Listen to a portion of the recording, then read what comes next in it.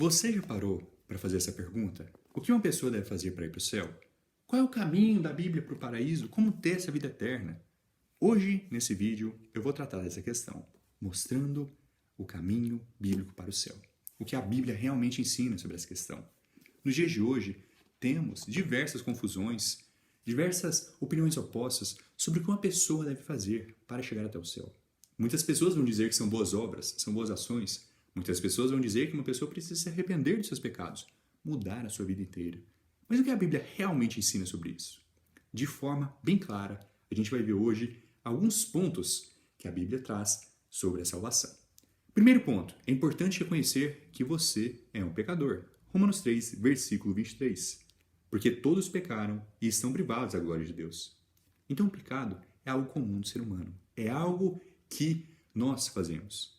Constantemente, até. Versículo 9. Então que somos melhores do que eles? Não de maneira nenhuma, pois nós já provamos antes que tanto judeus como gentios, todos eles estão debaixo do pecado. Como está escrito, não há nenhum justo, não, nem um. Então o pecado é algo comum de todos nós. O pecado é a transgressão da lei, é desobedecer a Deus. E este pecado, ele não só tem uma consequência em nosso relacionamento com Deus, mas ele também afeta a nossa vida e a vida das pessoas à nossa volta. O pecado leva à morte. O pecado leva à destruição. E se a gente olhar no livro de Tiago, a gente vai ver algo muito importante sobre o pecado, uma consequência muito grande que o pecado traz para a nossa vida. Tiago 2, versículo 10. Porque qualquer que guardar toda a lei e errar em um só ponto, tornou-se culpado de todos. Então, se a gente busca fazendo tudo que Deus fez, mas a gente falha em um, a gente ainda é culpado de todos. E isso, meus amigos e amigas, causa com que a nossa justiça seja como um trapo imundo, como podemos ver em Isaías 64, versículo 6. Então a nossa própria justiça fica manchada por conta de nossas iniquidades. Então a Bíblia está nos mostrando o quê? Que sozinhos a gente não consegue. Que sozinhos a gente não pode. A gente não consegue obter essa salvação. Porque somos falhos. Porque cometemos erros. Romanos 6, versículo 23. Porque o salário do pecado é a morte. Mas, porém, o dom de Deus, o presente de Deus é a vida eterna, por Jesus Cristo nosso Senhor. Então aqui a gente vê duas coisas opostas. Mesmo com o pecado levando à morte, tanto física quanto espiritual, o dom de Deus, o presente de Deus é a vida eterna, é a salvação, é a regeneração, a lavagem dos pecados. Se formos para o livro de João, vamos poder aprender também uma coisa muito importante. Então já concluímos aqui que é importante reconhecer que somos pecadores, que precisamos de um Salvador, porque sozinho a gente não consegue. Com as nossas próprias obras, a gente não vai conseguir, porque somos todos pecadores, constantemente, por toda a nossa vida. E a partir do momento que pecamos uma vez, somos culpados por todos. João, capítulo 3, versículo 16. Porque Deus amou tanto ao mundo que Ele deu o seu Filho unigênito, Jesus Cristo, para que todo que nele crê não pereça, mas tenha a vida eterna. Temos aqui um resumo de todo esse vídeo. O amor de Deus foi tão grande para o mundo que Ele enviou o seu Filho. Quem é seu Filho? Jesus Cristo. A palavra se fez carne e habitou no meio de nós. Jesus Cristo nasceu da Virgem Maria. Jesus Cristo cumpriu toda a justiça, viveu uma vida sem pecado nenhum. Então é importante a gente entender que a salvação vem somente pela fé. Jesus morreu pelos nossos pecados e tudo que Deus pede de nós é a nossa confiança nele, é a gente esperar por ele, a gente ter essa esperança de que ele é o nosso Salvador, a gente confiar com todo o nosso coração de que ele é nosso Salvador. Versículo 17. Porque Deus não enviou o seu Filho ao mundo para condenar o mundo, mas para que o mundo possa ser salvo através dele. Quem crê nele não é condenado, mas quem não crê já está condenado. Por que motivo? Por que razão? Porque não creu no nome do unigênito Filho de Deus. E algo muito importante, meus amigos e amigas, da gente entender aqui, que o que é crer? Não é somente a gente falar, Jesus Cristo é real. Os islâmicos vão dizer que Jesus Cristo era uma pessoa boa, era um bom profeta, mas eles não acreditam que ele é Filho de Deus. Muitas pessoas vão dizer que Jesus é Filho de Deus, mas eles não vão entender a diferença do Filho para o Pai. Então a Trindade é uma doutrina bíblica.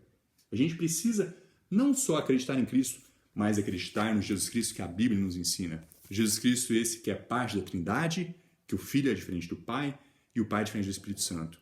A palavra que se fez carne, que viveu entre nós e não só nos deu um grande exemplo, mas também morreu pelos nossos pecados, para que através da fé a gente possa ser salvo. Ainda em João 3, podemos ir para o versículo 36. Aquele que crê no Filho tem. Presente, não futuro, presente. Aquele que crê no Filho tem a vida eterna. E aquele que não crê no Filho não verá a vida, mas a ira de Deus permanece sobre ele. Podemos focar também um pouquinho no que essa palavra crer significa. Significa que se uma pessoa crê, ela vai mudar a vida dela, ela vai começar a fazer obras? A Bíblia nunca ensina isso. A definição bíblica de crer é confiar.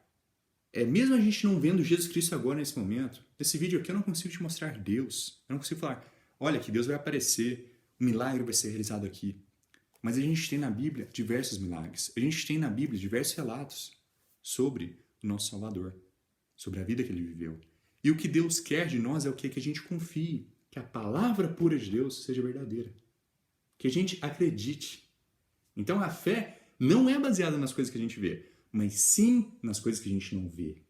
É uma confiança que a gente tem antes de estar lá, antes de estar vendo. Eu acredito que eu vou para o céu, mesmo sem nunca ter visto o céu. Eu acredito que é real. Eu acredito na palavra de Deus.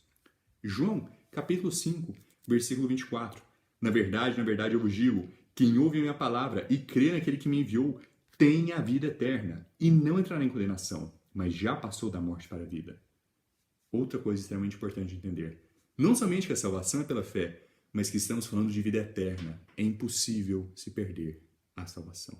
A partir do momento que a pessoa ela é salva, ela é sempre salva. Uma vez salvo, sempre salvo.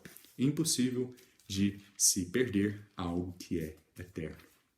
A partir do momento que a pessoa crê, não há mais razão, não há mais motivo para ela perder a salvação. O amor de Deus é maior do que qualquer outro problema, qualquer outro pecado que a gente tiver em nossa vida. Romanos 10, versículo 8.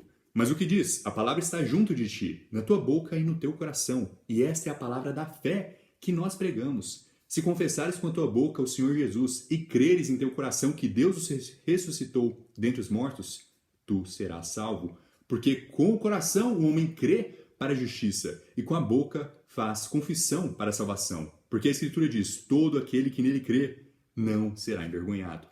Então eu te digo nesse dia, que se você acredita que Jesus Cristo é o seu único Salvador, se você deposita a sua confiança toda em Jesus, se você deposita toda a sua confiança em Deus, se você entende que a salvação não é baseada nas ações que a gente faz, mas na nossa fé, totalmente na nossa fé, e nada mais, nada menos. Não estamos falando da nossa fé e obras, não estamos falando da nossa fé e arrependimento de pecados e mudança de vida, somente a nossa fé.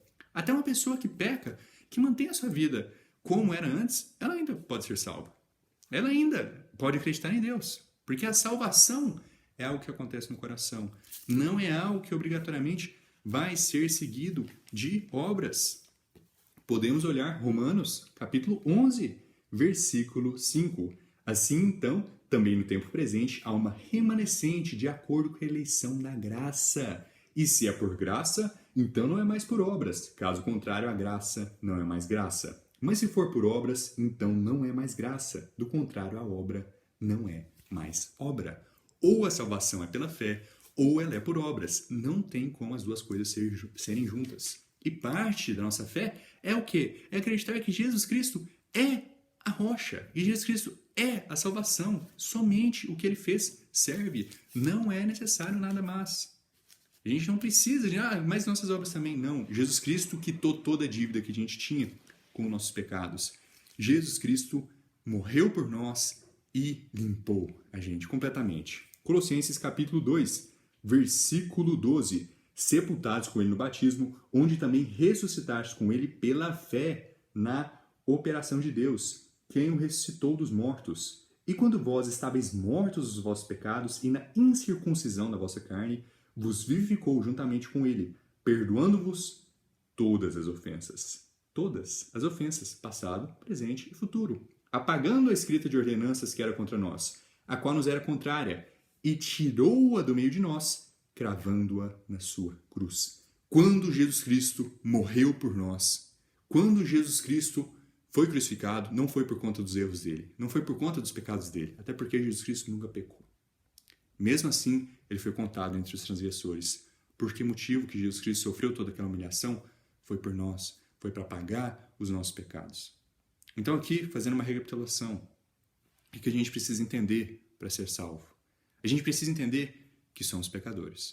A gente precisa entender que a salvação só pode ser obtida pela fé. Não é por obras.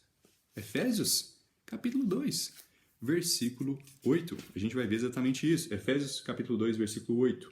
Pois pela graça sois salvos por meio da fé. Isso não é de vós mesmos, isso é o dom de Deus, não de obras, para que nenhum homem se glorie. A gente precisa entender que a salvação é dom de Deus, é um presente de Deus. Não é algo que a gente obtém por obras, mas por fé. E a gente precisa também entender que a salvação é vida eterna. Impossível de se perder. A gente tem na Bíblia exemplos de pessoas que cometeram assassinato e ainda assim foram salvas. A gente tem um exemplo de pessoas que cometeram adultério e ainda assim foram salvas. A gente tem um exemplo de pessoas que cometeram suicídio, como Saul e Sansão, e ainda assim foram salvas. Porque a salvação nunca é e nunca será por obras. A salvação é pela fé. 1 João, capítulo 5, versículo 10. Aquele que crê no Filho de Deus tem em si mesmo testemunho. Aquele que não crê em Deus faz dele um mentiroso, porquanto não crê no testemunho que Deus deu de seu Filho. E este é o testemunho, que Deus nos deu a vida eterna. E esta vida está em seu Filho. Aquele que tem o Filho tem a vida eterna. E aquele que não tem o Filho não tem a vida. Essas coisas escrevi a vós que credes em o nome do Filho de Deus, a fim de que saibais que tendes a vida eterna, e para que creiais em nome do Filho de Deus. Se a gente não está crendo que a salvação é pela fé, se a gente não está acreditando no relato de que Jesus Cristo é Filho de Deus, de que Ele morreu pelos nossos pecados e de que temos a vida eterna, se a gente não está colocando a nossa fé nisso, a gente está chamando Deus de mentiroso. Então, meus amigos e amigas, esse é o caminho bíblico para o céu. E neste momento, se você acredita em todas essas questões em que foram tratadas nesse vídeo, em que somos pecadores, em que a salvação é pela fé, em que mesmo a gente merecendo ir para o inferno, Jesus Cristo morreu por nós e que por conta disso podemos ter a vida eterna, eu gostaria de convidar você para uma breve oração, para que você possa aceitar Jesus Cristo, para que você possa ser salvo. Senhor Jesus Cristo, eu reconheço que sou um pecador. Eu reconheço que sou um transgressor e que mereço ir para o inferno. Mas eu confio em Ti. Eu acredito em Ti. Senhor, me salve. Jesus Cristo, me dê a vida eterna. Muito obrigado por tudo. Em nome de Jesus eu oro. Amém. E pronto. Não é a oração que nos salva, mas é essa fé. É clamar o nome do Senhor. É isso que nos salva. Então, muito obrigado a você que assistiu esse vídeo e espero que você possa ter aceitado Jesus em seu coração. Até mais.